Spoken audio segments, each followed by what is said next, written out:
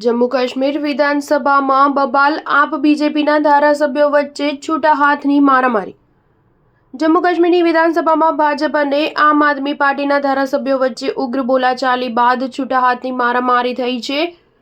19 એપ્રિલે બનેલી આ ઘટના બાદ આપે આક્રોશ વ્યક્ત કર્યો છે અને પાર્ટીના કાર્યકર્તાઓ રસ્તા ઉપર આવી દેખાવો કરી રહ્યા છે।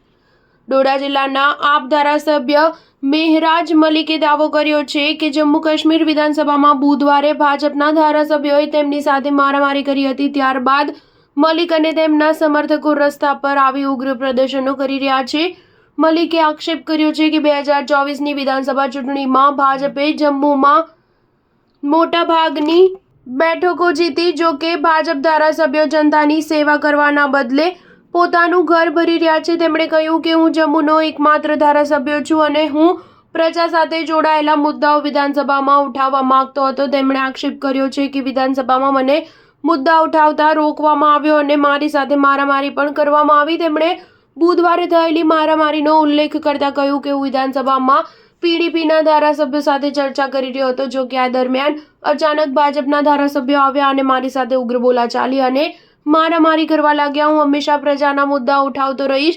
કોઈ પણ વ્યક્તિ પ્રજાની અવાજને દબાવી શકતો નથી। મારામારીની ઘટના બાદ મલિક અને સમર્થકોએ પોસ્ટરો સાથે જોરદાર દેખાવો કર્યા હતા। આમ આદમી પાર્ટીના ધારાસભ્યોએ માંગ કરી છે કે ભાજપ અને નેશનલ કોન્ફરન્સના ડીએનએની તપાસ કરવી જોઈએ। આપે ભાજપ નેશનલ કોન્ફરન્સ વિરુદ્ધ સૂત્રોચ્ચાર કર્યા હતા। જ્યારે પાર્ટીના કાર્યકર્તાઓ રસ્તા તરફ જઈ રહ્યા હતા ત્યારે પોલીસની ટીમે તેમને અટકાવ્યા, જેના કારણે પોલીસ અને આપના કાર્યકર્તાઓ વચ્ચે ધક્કામુક્કી થઈ હતી। સ્ટાર ન્યૂઝ 7 હંમેશા સચ્ચાઈની સાથે।